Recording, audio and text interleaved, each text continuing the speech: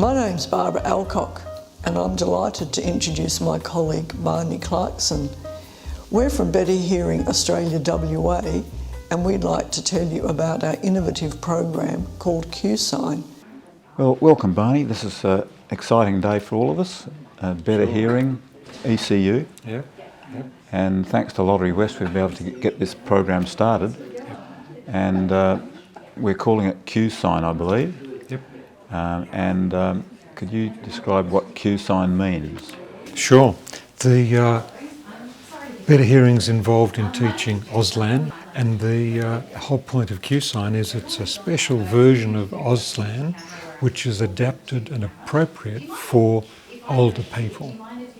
Just like Baby Sign is adapted for younger kids. So we've got a version of QSign which is meant to be 20 words which are really simple to learn for people who are the carers and the staff and even in retirement homes who can then use these words repetitively so that everyone they deal with, including of course mum and dad or husband or wife, friend, is able to gradually pick up the idea of using these signs, and suddenly, because would you like a cup of tea, Mr. Jones, becomes a do you want a tea or do you want a coffee, the sign means that they've got twice as many opportunities to understand what's going on. There's a word and there's a sign. Between them they should help them do better.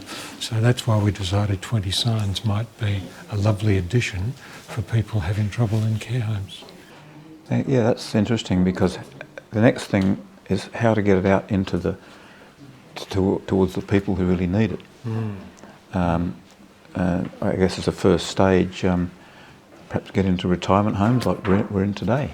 Sure. I think the difficulty is always going to be getting enough people using it. And I think we've realised that we're going to have to find a care setting where we can get everyone, the carers, the staff, the medical people, everyone and even families making use of these signs from day one so that they become a very common part of the event, the activity. We know some carers already do a bit of signing, but they're often their own signs that they invented. Some of them are Auslan. We'd love it to be consistent so that it's easy for the people they deal with to improve their communication. So it sounds like publicity is going to be a major part of this whole program to get acceptance over a much broader population. I think that'll be easy now because Auslan's becoming very normal on television, so people see those sorts of things.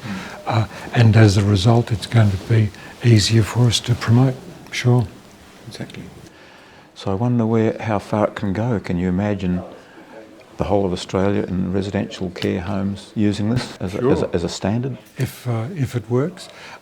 Yes, Barbara, who began this idea, her point is that there may well be 20 signs that suit a care home, but there could be a slightly different 20 signs suiting a residential setting.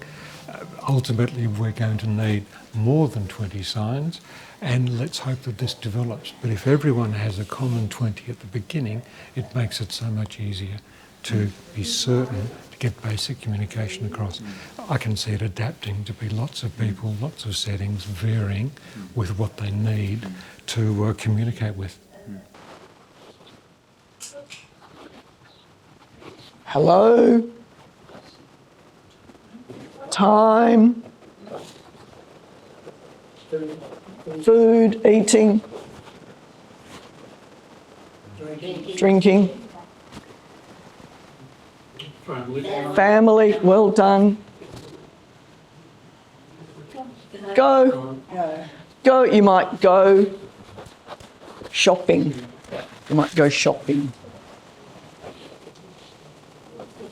Medicine. Taking your medicine, yep, the little cups they give you in hospital. What we've seen today, I think, from these people in the retirement villages, they're taking it on with gusto. I can see it's not just going to care homes, but this is a much wider spread, I think, for teaching Auslan and making it more widespread That's right. in everyday life. Well, I think it's a pretty self-evident idea when you think about it. Why not give someone in a care home who may have a hearing loss? That's not uncommon. And if a mouth guard, face mask comes in and they're required to socially distance, stand further back, harder to hear, why don't we try and augment that hearing difficulty with some signage of some sort so that people have twice as many chances of learning what's going on? And if we repeat it often enough, it would surely be an extension. You don't need to learn the word, you only need to recognise the sign, and once you've recognised it, it'll become much easier to understand. You have children? Yes? No? Yes, no? This one was how much, but over here it's how many. How many? So I always think you munch your lunch, and munch and much are fairly similar. So this is how much and this is how many.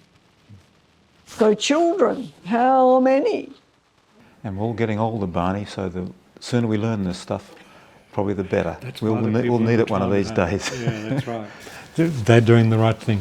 They're going to need it. We're all going to need it. This may not seem like hot news, but on the other hand, it's something that every one of us is going to have to face. Exactly. Thanks very much for your time, Barney. Pleasure.